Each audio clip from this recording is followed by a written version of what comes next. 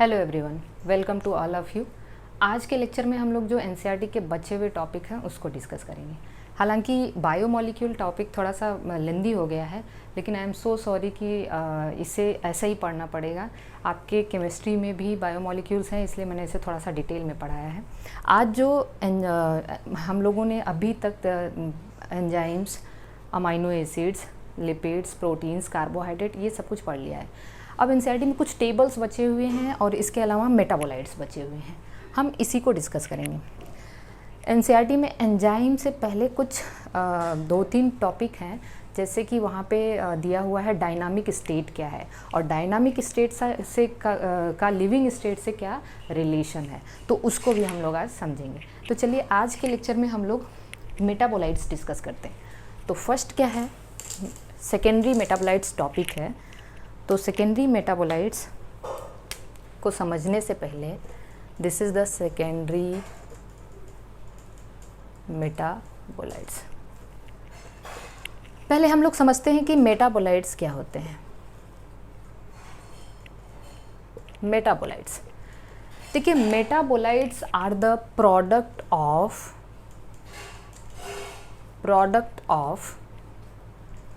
Metabolism. Metabolites क्या होते हैं? मेटाबॉलिज्म के प्रोडक्ट होते हैं। सिंपल लैंग्वेज में आपको समझना है। अब हम ये मेटाबॉलिज्म क्या होता है और इसके बारे में हम आगे समझेंगे। हालांकि मेटाबॉलिज्म को मैं बहुत ही शॉर्ट तरीके से आपको बता दे रही हूँ कि हमारी बॉडी में कंटिन्यूअस केमिकल रिएक्शंस हो रहे हैं। मतलब केमिकल रिएक्शंस जो है वो हर टाइम हमारी बॉडी में चलता रहता है और उन्हें sum total of all chemical reactions occurring inside the living organism को ही हम लोग क्या कहते हैं? That is the metabolism.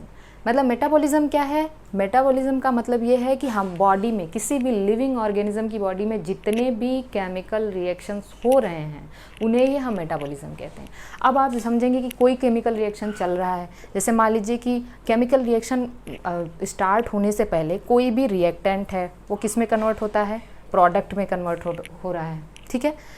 तो अब ये जो प्रोडक्ट है, ओके, ये प्रोडक्ट ही क्या है? एक मेटाबोलाइट है। हो सकता है ये रिएक्टेंट प्रोडक्ट में कन्वर्ट होने से पहले बीच में ढेर सारे इंटरमीडिएट स्टेजेस से गुजरा हो, तो जो इंटरमीडिएट स्टेजेस हैं वो भी मेटाबोलाइट्स हैं। तो मेटाबोलाइट्स क्या है? Metabolites are either the product of the metabolism or the intermediate stages of the metabolism. तो हम कह सकते हैं कि जो मेटाबोलाइट्स हैं वो क्या हैं? मेटाबॉलिज्म के प्रोडक्ट हैं, या उस मेटाबॉलिज्म के दौरान जो भी इंटरमीडिएट स्टेजेस आए हैं वो सब भी क्या है? मेटाबोलाइट्स हैं। अब एक बात हमें समझना है कि मेटाबोलाइट्स कितने तरीके के हो सकते हैं। जैसा कि आपके बुक में दिया हुआ है, मेटाबोलाइट्स 2 तरीके के हो सकते हैं। पहला है प्राइमरी मेटाबोलाइट्स और दूसरा है सेकेंडरी मेटाबोलाइट्स। प्राइमरी मेटाबोलाइट्स और सेकेंडरी मेटाबोलाइट्स। प्राइमरी मेटाबोलाइट्स क्या होता है, इसको समझने के लिए अभी अभी हम लोगों ने जो कुछ भी पढ़ा, amino acids, proteins, carbohydrates, vitamins, ये सब कुछ क्या है? प्राइमरी मेटाबोलाइट्स हैं। प्राइमरी मेटाबोलाइट्स का एक एग्जैक्ट डेफिनेशन ये है कि they play direct role in body function. हमारे बॉडी फंक्शन जो भी है, development, reproduction, whatever the function of body. तो आप यहाँ पे देखेंगे कि जो प्राइमरी मेटाबोलाइट्स हैं वो हमारी बॉडी के डेवलपमेंट में डायरेक्ट रोल प्ले करते हैं, ठीक है। और इनके जो रोल हैं, इनके रोल कैसे होते हैं? आइडेंटिफिएबल होते हैं। दे आर आइडेंटिफिएबल रोल, ठीक है। तो इनका जो रोल होता है वो कैसा होता है? जिसको हम आइडेंटिफाई कर सकते हैं, ओके। फॉर एग्जाम्पल हम लोगों ने अभी अभी पढ़ा था अमाइनो एसिड्स, प्रोटीन्स, ठीक है ना। अमाइनो एसिड्स, प्रोटीन्स, विटामिन्स, ये सब क्या है? इनके रोल आइडेंटिफाइड है और ये हमारी बॉडी के डेवलपमेंट फंक्शन में डायरेक्ट रोल प्ले करते हैं।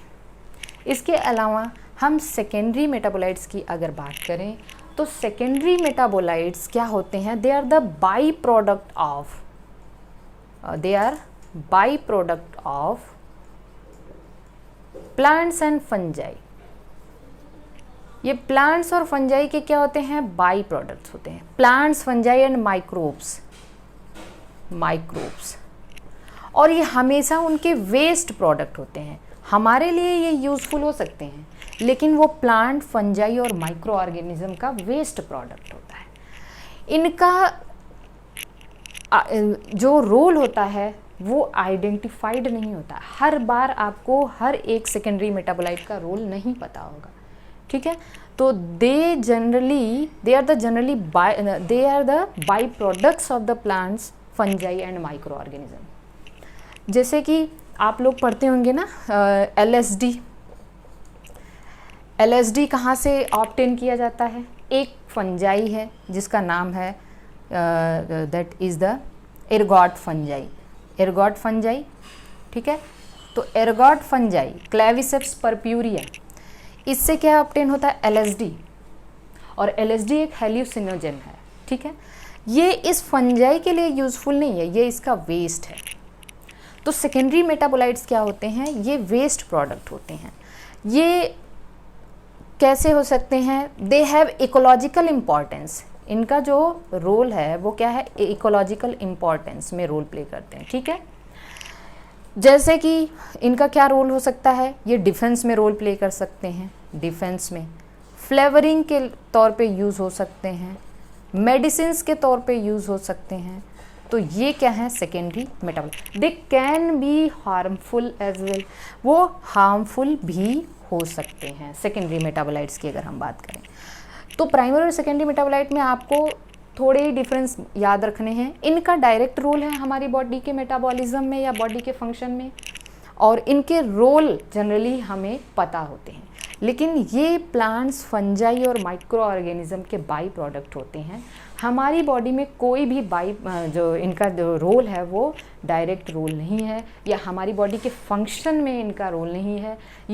इन्हें हम मेडिसिन्स के तौर पे ले सकते हैं, ये फ्लेवरिंग के तौर पे ले सकते हैं, ठीक है। तो ये सारी चीज़ें हैं सेकेंडरी मेटाबोलाइट्स के बारे में। अब एक चार्ट दिया हुआ है आपके बुक में सेकेंडरी मेटाबोलाइट्स का, सेकेंडरी मेटाबोलाइट्स के चार्ट, और यहाँ से एग्ज़ाम में क्वेश्चन आ चुका है। तो आप देखेंगे इस चार्ट में एक तरफ दिया हुआ है। अब यहाँ पे देखिए सेकेंडरी मेटाबोलाइट्स में पहला क्या है, पिगमेंट्स है, ठीक है। पिगमेंट्स, मैं चार्ट पहले बना दे रही हूँ, आपके पास भी बुक होनी चाहिए, आप उसको देखते रहिए। पिगमेंट्स में है कैरोटीनॉइड्स, और दूसरा है एंथोसियानिन्स। अब देखिए ये कैरोटीनॉइड्स क्या है, आप जब फोटोसिंथेसिस पढ़ेंगे तो वहाँ पे हम इसको पढ़ते हैं। कैरोटीनॉइड्स ये लिपिड सॉल्युबल है, क्योंकि कैरोटीनॉइड लिपिड, अभी हम लोग जब फैट्स या लिपिड पढ़ रहे थे तो वहाँ पे हम लोगों ने देखा था कि जो जो डिराइव्ड लिपिड होते हैं वो दो तरीके के होते हैं, स्टेरॉइड्स और टर्पीन्स। तो टर्पीन्स में, या उसको हम क्रोमोलिपिड भी कहते हैं, ये आता है कैरोटीनॉइड्स। तो कैरोटीनॉइड एक लिपिड सॉल्युबल पिगमेंट है, जबकि एंथोसियानिन एक वाटर सॉल्युबल पिगमेंट है, ठीक है, जो वैक्यूल्स में पाया जाता है। ये हम लोग आगे देखेंगे। कैरोटीनॉइड्स किस में है, ये क्या है, लिपिड सॉल्युबल पिगमेंट। दूसरा है एल्केलॉइड्स, ठीक है। एल्केलॉइड्स में क्या आता है, मॉर्फिन है, आप इसको भी पढ़ते हैं आगे। ये एक सिडेटिव भी है, एक नार्कोटिक भी है, मतलब ये पेन किलर भी है और स्लीप इंड्यूसिंग ड्रग भी है। तो मॉर्फिन है, कोडीन है। कोडीन आप कफ सिरप वगैरह में देखते हैं, तो कोडीन भी एक नार्कोटिक है, ठीक है। जब ये हम लोग ड्रग्स पढ़ेंगे तो वहाँ पे इसको डिस्कस करेंगे। उसके बाद क्या है, इसेंशियल ऑयल्स। इसेंशियल ऑयल में क्या है, lemon grass oil. Third is the terpenes. Terpenes में है मोनोटर्पीन, डाईटर्पीन्स। आप एक बात ध्यान रखना कि जो टर्पीन्स होते हैं, टर्पीन्स आइसोप्रीन यूनिट की रिपीटिंग यूनिट होते हैं, और किसी भी आइसोप्रीन यूनिट में 5 कार्बन होते हैं। जब आप केमिस्ट्री पढ़ते होंगे आपको आइसोप्रीन यूनिट के बारे में पता होगा, कितने कार्बन होते हैं, 5 कार्बन, ठीक है ना। और मोनोटर्पीन में याद रखना है, मोनोटर्पीन में 2 आइसोप्रीन यूनिट होता है, मतलब 10 कार्बन। अब यहाँ से कन्फ्यूज़न नहीं होनी चाहिए आपको कि मोनो है, फिर ये हेमी से शुरू होता है, ठीक है। एक हेमीटर्पीन में 1 आइसोप्रीन यूनिट होता है, फिर एक मोनोटर्पीन में 2 आइसोप्रीन यूनिट होता है, सेस्क्वीटर्पीन में 3 आइसोप्रीन यूनिट होता है, मतलब 15 कार्बन, और डाईटर्पीन में 4 आइसोप्रीन यूनिट होता है, मतलब यहाँ पे 20 कार्बन होता है। ये आपको पता होना चाहिए। टर्पीन्स के बाद हम लोग देखते हैं ड्रग्स, ठीक है। तो ड्रग्स में क्या क्या है, that is the vinblastine and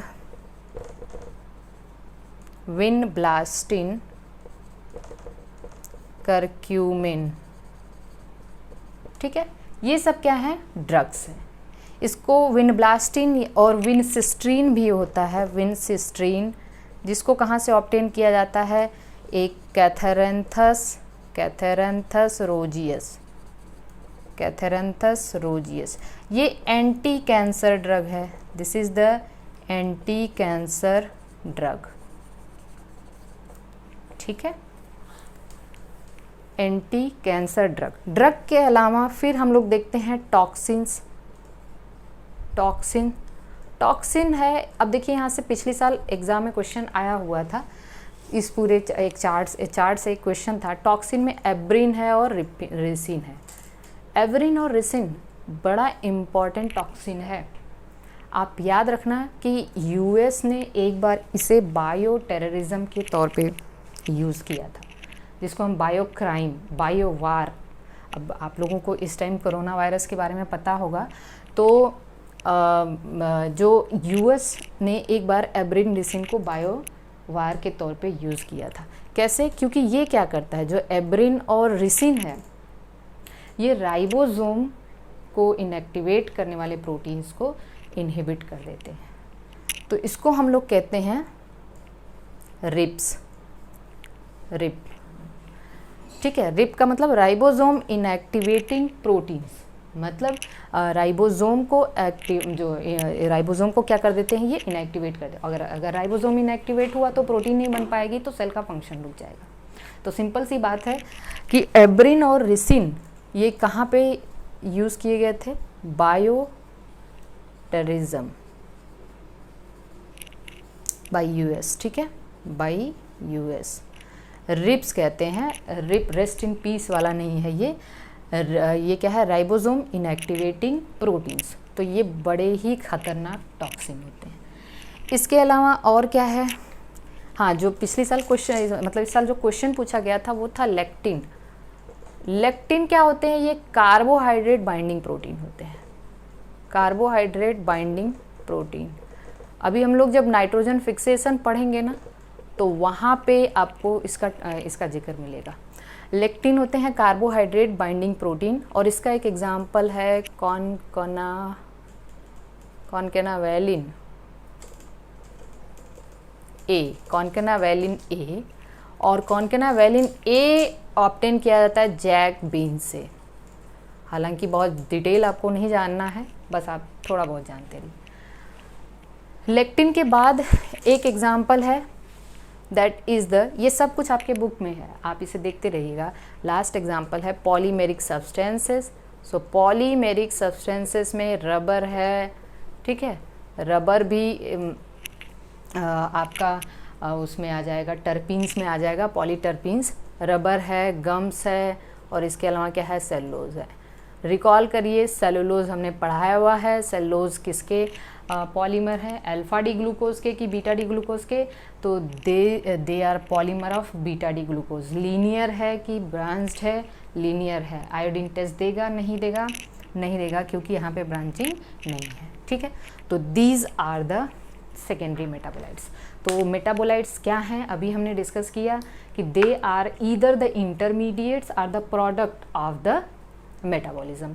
metabolism क्या है? बॉडी में किसी भी लिविंग सेल में या लिविंग बॉडी में होने वाली लगातार होने वाली जितनी भी केमिकल रिएक्शंस हैं उनको हम लोग कहते हैं मेटाबॉलिज्म। ठीक है। प्राइमरी मेटाबॉलिज्म क्या है? जिनका बॉडी के फंक्शन में, बॉडी के डेवलपमेंट में डायरेक्ट रोल है। और सेकेंडरी मेटाबोलाइट्स किसी प्लांट या माइक्रो ऑर्गेनिज्म या फंजाई के क्या हो सकते हैं? वेस्ट प्रोडक्ट हो सकते हैं। और हर बार इनका हमें जो रोल है, एग्जैक्ट रोल नहीं पता होता है। कुछ का रोल हमें पता है, तो वो इकोलॉजिकल इम्पॉर्टेंस उनका क्या है? वो डिफेंस में रोल प्ले कर सकते हैं, फ्लेवरिंग में रोल प्ले कर सकते हैं, मेडिसिन्स में। तो कुछ एग्जाम्पल हम लोगों ने देखा, ठीक है, जो इम्पॉर्टेंट है। तो ये है सेकेंडरी मेटाबोलाइट्स। अब देखिए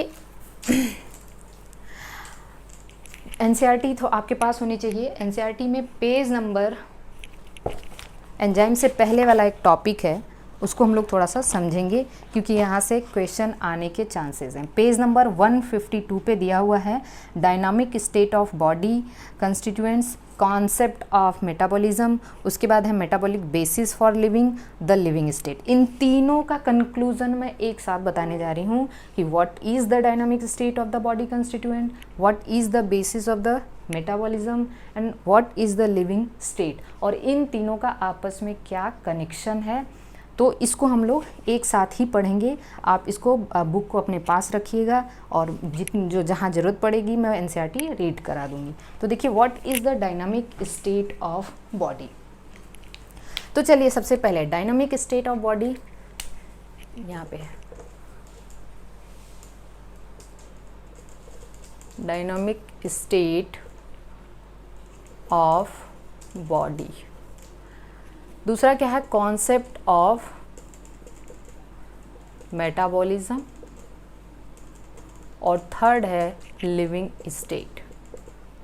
ये तीन चीज़ हमें एक साथ समझना है और तीनों का आपस में क्या कनेक्शन है। बस एकदम आराम से समझिएगा। यहाँ से जो भी लाइन एग्ज़ाम में आएगी, ये कॉन्सेप्ट क्लियर करने के बाद आपको सारे लाइन समझ में आ जाएंगे। डायनामिक का मतलब क्या होता है? डायनामिक का मतलब होता है नॉट इन इक्विलिब्रियम। इक्विलिब्रियम मतलब जो इक्विलिब्रियम में नहीं है उसको हम लोग कहते हैं डायनामिक। हमारी बॉडी इक्विलिब्रियम में है? हमारी बॉडी इक्विलिब्रियम में नहीं, क्योंकि कोई भी लिविंग सिस्टम इक्विलिब्रियम में नहीं रह सकता। कोई लिविंग सिस्टम इक्विलिब्रियम में क्यों नहीं रह सकता? क्योंकि लिविंग बॉडी के अंदर या लिविंग सिस्टम के अंदर हज़ारों कांस्टेंट मतलब कॉन्स्टेंटली हज़ारों केमिकल रिएक्शंस हो रहे हैं। और अगर हज़ारों केमिकल रिएक्शंस हो रहे हैं तो वहाँ पे इक्विलिब्रियम में रहना मुश्किल है।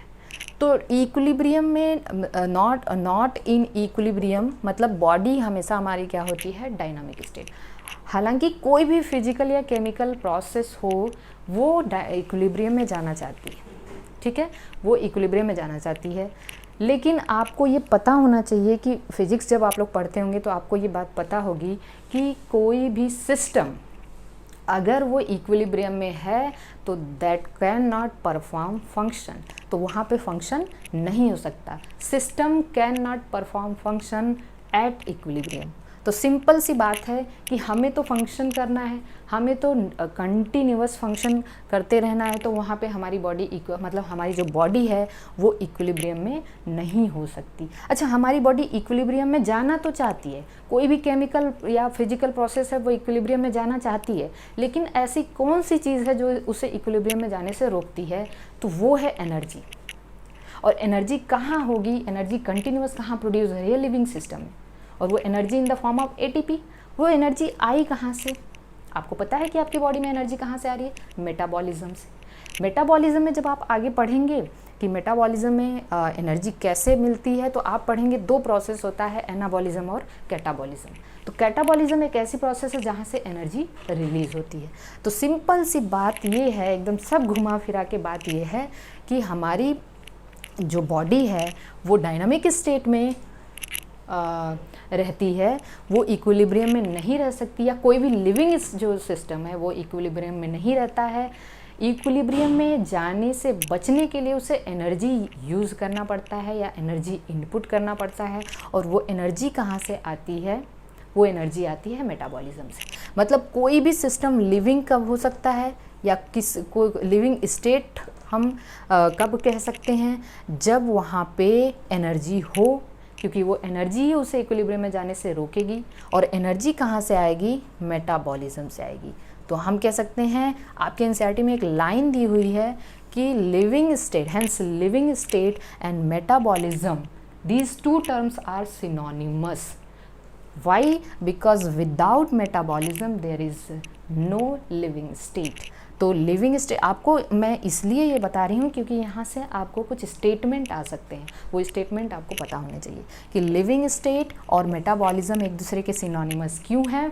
क्योंकि लिविंग स्टेट में रहने के लिए क्या करना पड़ेगा, इक्विलिब्रियम में जाने से रोकना पड़ेगा, क्योंकि अगर वो इक्विलिब्रियम में चला गया तो सिस्टम काम नहीं कर पाएगा। और इक्विलिब्रियम में जाने से रोकने के लिए उसे क्या करना पड़ेगा, एनर्जी देना पड़ेगा, एनर्जी खर्च करना पड़ेगा। और वो एनर्जी कहाँ से आएगी, मेटाबॉलिज्म से आएगी। तो नहीं अगर मेटाबॉलिज्म नहीं है तो लिविंग स्टेट नहीं रह सकता। तो एक लाइन दी हुई है आपके एनसीईआरटी में, ये लाइन सीधी सीधी लिखी हुई है, पेज नंबर 153 पे आप देखेंगे एकदम नीचे बोल्ड लेटर्स में लिखा हुआ है, hence the living state is a non equilibrium steady state to be able to perform work. Living process is a constant effort to prevent falling into equilibrium. मतलब जो लिविंग प्रोसेस है वो constantly effort करता है equilibrium में जाने से बचने के लिए, ठीक है। This is achieved by energy input. Metabolism provides a mechanism for the production of energy. Hence, the living state and metabolism are synonymous. Without metabolism, there can't be a living state. Okay? तो अब इसको हम लोग कैसे समझेंगे, इन तीनों को बहुत सारा 2 पेज में एनसीईआरटी में दिया हुआ है, लेकिन सब चीज़ घुमा फिरा के सब चीज़ जो कहने का मतलब है वो बस यही है कि मेटाबॉलिज्म क्या है, ठीक है, उसका इम्पॉर्टेंस क्या है। तो चलिए एक एक चीज़ को हम लोग थोड़ा सा पहले हम लोग मेटाबॉलिज्म देख लेते हैं कि क्या है। हमें ये बात समझ में आ चुकी है कि डायनामिक स्टेट का मतलब क्या होता है, जो ऐसा स्टेट जो इक्विलिब्रियम में नहीं हो। तो हमारी बॉडी डायनामिक स्टेट में होती है, क्यों, क्योंकि अगर वो इक्विलिब्रियम में आ गई तो सिस्टम जो काम है, वर्क है, वो रुक जाएगा। ओके, तो सबसे पहले हम देखते हैं concept of metabolism. Concept of metabolism, तो first is the concept of metabolism. पहले अभी हमने आपको सेकेंडरी मेटाबोलाइट्स में पढ़ाया कि मेटाबॉलिज्म क्या होता है, sum total of all chemical reactions occurring in the body of the living cell या living organism। देखिए जब आप चैप्टर नंबर 1 पढ़ेंगे, लिविंग वर्ड पढ़ेंगे, जब लिविंग वर्ड पढ़ेंगे चैप्टर 1, तो वहाँ पे आपको 2 प्रॉपर्टीज़ पढ़ने को मिलेगा। पहला होता है डिफाइनिंग प्रॉपर्टी और दूसरा होता है नॉन डिफाइनिंग प्रॉपर्टी। बस एक बार इसको आप रफली समझ लीजिए। नॉन डिफाइनिंग प्रॉपर्टी का मतलब ये होता है, मेरी बात ध्यान से सुनना है, डिफाइनिंग प्रॉपर्टी का मतलब ये होता है कि ऐसी प्रॉपर्टी जो सारे के सारे लिविंग्स में हो लेकिन किसी भी नॉन लिविंग में नहीं होनी चाहिए। ऐसी प्रॉपर्टी जो सारे लिविंग में हो लेकिन किसी भी नॉन लिविंग में ना हो, उसको हम लोग कहते हैं डिफाइनिंग प्रॉपर्टी, ठीक है। अब आप समझिए, जैसे तो डिफाइनिंग प्रॉपर्टी में जैसे हम लोग पढ़ते हैं ग्रोथ है, रिप्रोडक्शन है, ये हम लोग लिविंग वर्ड पढ़ेंगे तो वहाँ पे अच्छे से समझेंगे। मेटाबॉलिज्म एक डिफाइनिंग प्रॉपर्टी है क्योंकि मेटाबॉलिज्म सारे के सारे लिविंग्स में होता है, किसी भी नॉन लिविंग में नहीं होता है, ठीक। मेटाबॉलिज्म का मतलब एक केमिकल रिएक्शन, हालांकि आप केमिकल रिएक्शन आप लैब में करा रहे हो, ढेर सारी जगहों पे केमिकल रिएक्शन हो रहा है, बाहर भी केमिकल रिएक्शन हो रहा है, लेकिन उसके लिए एक लिविंग सेल होना ज़रूरी है, ठीक है। तो आप ये समझिए कि जो मेटाबॉलिज्म है, मेटाबॉलिज्म एक डिफाइनिंग प्रॉपर्टी होती है। मेटाबॉलिज्म का मतलब क्या है कि sum total of all chemical reaction occurring inside the body. ये 2 तरीके का होता है। हमारी बॉडी में जितने भी केमिकल रिएक्शन हो रहे हैं उनमें से क्या होगा कि कुछ ऐसे केमिकल रिएक्शन होंगे जहाँ पे स्मॉलर मॉलिक्यूल्स क्या बनाएंगे, बड़ा मॉलिक्यूल बनाएंगे, ठीक है। स्मॉलर मॉलिक्यूल्स, या हम कह सकते हैं ये छोटे छोटे मॉलिक्यूल्स मिलके क्या बनाएंगे, बड़ा मॉलिक्यूल बनाएंगे। कुछ ऐसे केमिकल रिएक्शन होंगे जहाँ पे मॉलिक्यूल्स का ब्रेकडाउन होगा, जैसे ये बड़ा मॉलिक्यूल है, लार्जर मॉलिक्यूल है, वो किस में टूट जाएगा, स्मॉलर में टूट जाएगा। बड़ा कोई मॉलिक्यूल है वो टूट जाएगा स्मॉलर में, ठीक है। तो क्योंकि यहाँ पे स्मॉलर लार्ज बना रहा है तो इसको हम लोग कहते हैं सिंथेटिक प्रोसेस या फिर इसी को कहते हैं एनाबॉलिक प्रोसेस। ये क्योंकि बड़ा मॉलिक्यूल टूटता है इसलिए इस प्रोसेस को हम लोग कहते हैं ब्रेकडाउन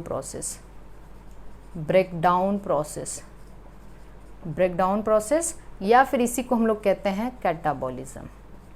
अब आप एक चीज़ हमेशा याद रखिएगा, जैसे कि आपके बुक में दिया हुआ है इसका एनाबॉलिक प्रोसेस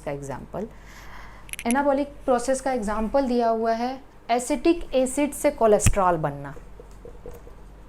आपसे पूछा जा सकता है क्योंकि बुक में एनसीईआरटी में दिया हुआ है तो ये लाइन आपको पता होनी चाहिए। एसिटिक एसिड से क्या बनता है? कोलेस्ट्रॉल बनता है। कोलेस्ट्रॉल एक लिपिड है, याद रखिएगा आप लोग, कोलेस्ट्रॉल एक स्टेरॉइड है। एसिटिक एसिड से क्या बनना? कोलेस्ट्रॉल बनना। ऑन द अदर हैंड आपके बुक में सीधे सीधे दिया हुआ है ग्लूकोज का लैक्टिक एसिड में टूटना। ग्लूकोज का लैक्टिक एसिड, क्योंकि छोटे मॉलिक्यूल से बड़ा मॉलिक्यूल बना, यहाँ बड़ा मॉलिक्यूल छोटे मॉलिक्यूल, यहाँ पे 6 कार्बन है, यहाँ पे 3 ही कार्बन है। तो अब ये कहाँ पे होता है? आपके मसल्स में होता है। आप लैक्टिक एसिड की वजह से ही मसल फटीग होती है, आपको पता होगा। तो ये देखिए, ये सिंथेटिक प्रोसेस है ये। अब जो अगर स्मॉलर मॉलिक्यूल्स लार्जर मॉलिक्यूल बनाते हैं तो यहाँ पे ज़रूरत होती है, एनर्जी की ज़रूरत होती है। छोटे छोटे मॉलिक्यूल जब बड़ा मॉलिक्यूल बनाते हैं तो वहाँ पे एनर्जी की रिक्वायरमेंट होती है, इसलिए इसको हम लोग कहते हैं endergonic process. This is called as endergonic process. और अगर कोई बड़ा मॉलिक्यूल छोटे छोटे मॉलिक्यूल्स में टूटता है तो वहाँ पे एनर्जी रिलीज़ होती है, और ये कैसी प्रोसेस होती है? एक्सर्गोनिक प्रोसेस। ठीक है, ये प्रोसेस होती है एक्सर्गोनिक प्रोसेस। तो हमारा जो कैटाबॉलिक प्रोसेस है वो कैसा है? एक्सर्गोनिक। जो एनाबॉलिक प्रोसेस है वो क्या है? एंडरगोनिक। तो कॉन्सेप्ट ऑफ मेटाबॉलिज्म क्लियर होना चाहिए आपको। अब देखिए, जो भी, जैसे ये जितने भी मेटाबॉलिक रिएक्शंस हैं, मेटाबॉलिक रिएक्शंस क्या हो सकते हैं? मान लीजिए यहाँ पे ये मॉलिक्यूल, ये सब मॉलिक्यूल मिलके एक बड़ा मॉलिक्यूल बनाया, तो आपको क्या लगता है कि जो एसिटिक एसिड है कोलेस्ट्रॉल डायरेक्टली बना दिया? बीच में कम से कम 10-20 और स्टेप्स होते हैं।